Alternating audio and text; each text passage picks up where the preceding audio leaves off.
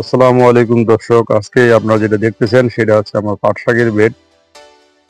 পাট শাক এমন একটি সবজি, আপনি বছরের যে কোনো সময় চাষাবাদ করে খেতে পারেন। পাট পাট শাক যেমন আমি রোপণ করেছি, আপনাদের উঁচু জায়গা থাকলে বাড়ির আশেপাশে, তাহলে আপনারা পাট শাক রোপণ করতে পারেন। দেখেন কি সুন্দর পাট শাক হয়েছে।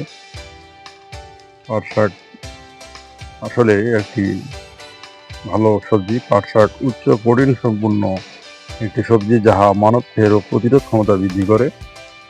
পাট শাকে ভিটামিন এ, সি, ই ছাড়াও খনিজ লবণ যেমন পটাশিয়াম, আয়রন, ক্যালসিয়াম ও ম্যাগনেসিয়াম থাকে, যা শরীরকে সুস্থ রাখতে গুরুত্বপূর্ণ ভূমিকা পালন করে।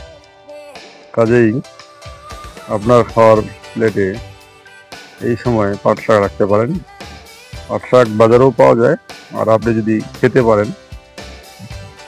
চান তাহলে এই সময় আপনার বাড়ির ফাঁকা জায়গায়, যেখানে সূর্যের তাপ আসে, এমন একটি জায়গা নির্বাচন করে নিয়ে আপনি বেড আকারে পাট শাক লাগাইতে পারেন। পাট শাকে বাইরের কোনো সার প্রয়োগ করতে হয় না, শুধু জৈব সার দিলেই পাট শাকের বীজ রোপণ করলে দেখেন আমার মতো পাট শাক আপনি খেতে পারবেন। কি সুন্দর পাট শাক হয়েছে।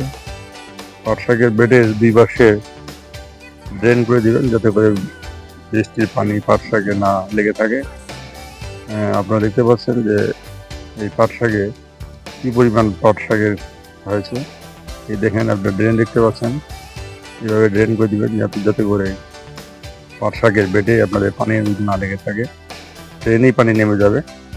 তাই পাট শাক যখন আপনি বেড নির্ধারণ করবেন, অবশ্যই উঁচু জমি নির্ধারণ করবেন, যাতে করে আপনার বর্ষার পানিতে পাট শাক নষ্ট না হয়, সেদিকে খেয়াল রাখতে হবে। যেভাবে সার দিয়ে মাটি সুন্দর প্রস্তুত করে নিয়ে আপনি পাট শাক রোপণ করতে পারেন।